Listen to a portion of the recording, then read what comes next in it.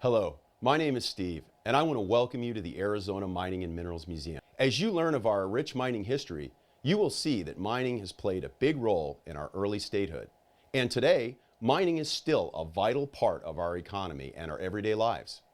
This video will introduce you to a group of rock products both mined and produced here in Arizona.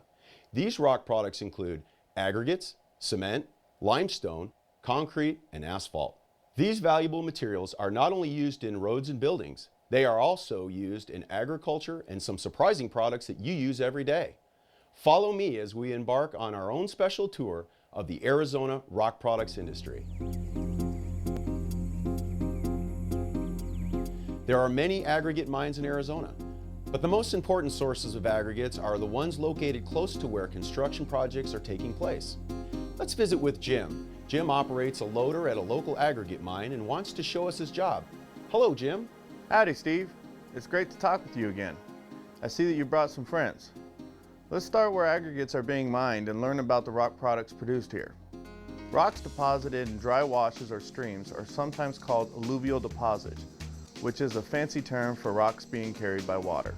These alluvial deposits consist of a mixture of sands, gravels, and even boulders that have been transported many miles by streams or rivers. Once Mother Nature deposits these materials here, I get to dig them up and load them into trucks. That's where they start their journey to become a building, a road, or even a skate park. Once loaded, these big trucks carry the materials to the processing plant. The plant has a crusher to break the larger cobbles and boulders into smaller pieces and various screens to sort the rocks by size. Once the rocks leave the crusher, they are transported through the plant by an interconnected series of long belts called conveyors. Notice how each one of these conveyors is stockpiling a different size material from fine sands to large rock. Once excavated, crushed, washed, and sorted, aggregates are now ready for use in other products. Limestone is a special type of sedimentary rock that was deposited in seabeds millions of years ago. Let's talk to the manager of this cement plant and learn more about this unique construction material. Hello, John. How's the cement industry these days? Hi, Steve. It's good to see you again. You picked a great day to visit our plant and learn how we turn limestone into cement. High-quality limestone is excavated from our mine and then transported by these large trucks to the primary crusher. The crusher breaks down the larger pieces of the limestone and makes it easier to process in the plant. Once crushed and blended, the feed is conveyed to this tall tower called a preheater. The preheater conserves energy by warming the feed before it enters the kiln. Once heated, the feed drops into this long horizontal tube called a kiln. As a burner heats one end of the kiln, it slowly turns, making the feed move gradually toward the burner while being heated to approximately 1,300 degrees. The heating actually changes the chemical composition of the limestone. Once heated, the rock is called clinker. In the final step, these large mills grind the clinker and gypsum into a very fine white powder called cement. The cement is stored in these large silos prior to being placed into rail cars, tank trucks, or even bags that you can find at your local hardware store. Although aggregates and cement have many uses, they are frequently combined to make concrete. And concrete made at this plant can be delivered to various construction projects in areas where roads, houses, and bridges are being built. Let's take a look at this facility and meet Katie, who is the quality control engineer. Hi, Steve. Thanks for bringing me some visitors. This batch plant makes ready-mix concrete that can be delivered to job sites in the area using special delivery trucks. Wet concrete can be poured, pumped, and formed to make foundations, streets and sidewalks, buildings, bridges, and even dams.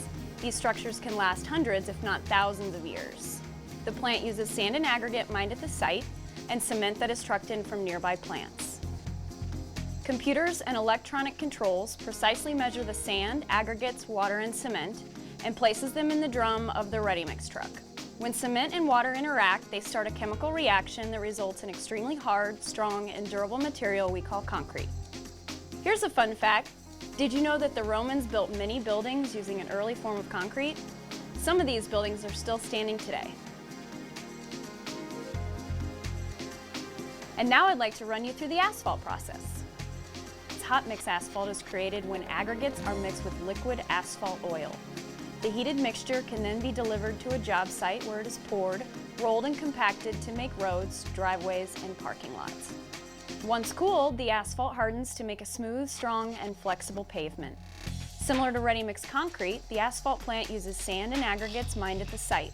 These materials are stored in those stockpiles until a loader pours them into the scaled hoppers.